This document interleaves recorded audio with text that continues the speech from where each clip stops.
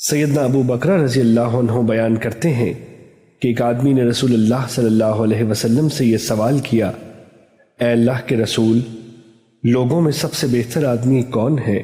آپ صلی اللہ علیہ وسلم نے فرمایا، جس کی عمر طویل ہو اور عمل اچھا ہو۔ اس نے پھر پوچھا، لوگوں میں سب سے برا آدمی کون سا ہے؟ آپ نے فرمایا، جس کی عمر طویل ہو اور عمل برا ہو۔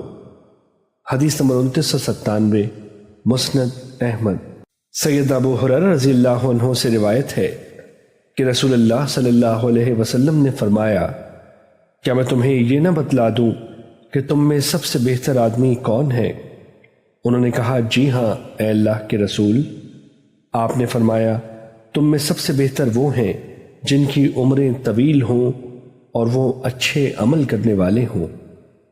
حدیث نمبر 2998، مسند احمد۔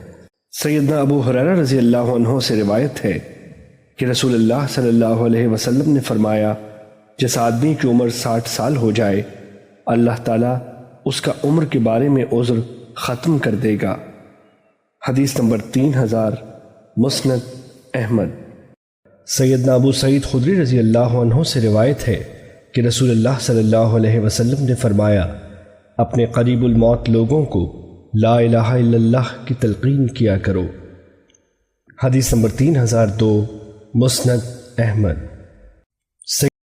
سیدنا جابر بن عبداللہ رضی اللہ عنہ کہتے ہیں، میں نے سنا کہ سیدنا عمر بن خطاب رضی اللہ عنہ سیدنا طلحہ بن عبید اللہ رضی اللہ عنہ سے پوچھ رہے تھے، کیا بات ہے کہ جس دن سے رسول اللہ صلی اللہ علیہ وسلم کا انتقال ہوا ہے، آپ پراگندہ اور غبار آلود سے ہو کر رہتے ہیں؟ کہیں آپ کو اپنے چچیرے بھائی ابو بکر صدیق رضی اللہ عنہ کا امیر بننا ناگوار تو نہیں گزرا؟ سیدنا طلحہ رضی اللہ عنہ نے کہا، اللہ کی پناہ، میں تو تم سے بھی زیادہ لائق ہوں کہ اس طرح نہ کروں، مجھے یہ بات کیوں ناگوار گزرے؟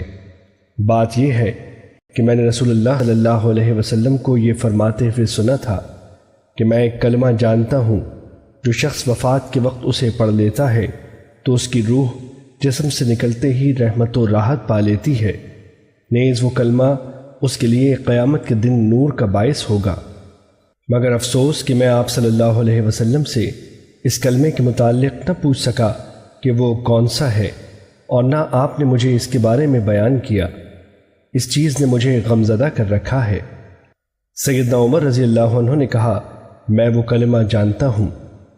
یہ سن کر سیدنا طلحہ رضی اللہ عنہ نے کہا، اللہ کا شکر ہے، وہ کلمہ کون سا ہے؟ آپ رضی اللہ عنہ نے کہا، یہ وہ کلمہ ہے جو رسول اللہ صلی اللہ علیہ وسلم نے اپنے چچا ابو طالب پر پیش کیا تھا، یعنی لا الہ الا اللہ۔ انہوں نے کہا، آپ نے سچ کہا۔ حدیث نمبر 3003، مسند احمد۔ دوسری سند۔ سیدنا عمر رضی اللہ عنہ نے کہا، میں آپ کو وہ کلمہ بتاتا ہوں، یہ وہ کلمہ ہے جو رسول اللہ صلی اللہ علیہ وسلم نے اپنے چچا سے بھی کہلوانا چاہا تھا، یعنی اس بات کی گواہی دینا کہ اللہ تعالیٰ کے سوا کوئی معبود نہیں۔ یہ سن کر سیدنا طلحہ رضی اللہ عنہ نے کہا، گویا مجھ پہ سے پردہ چھٹ گیا، آپ درست کہہ رہے ہیں۔ اگر آپ صلی اللہ علیہ وسلم کے نزدیک کوئی اور کلمہ اس سے افضل ہوتا تو اس کے پڑھنے کا حکم فرماتے۔ حدیث نمبر 3004، مسند احمد۔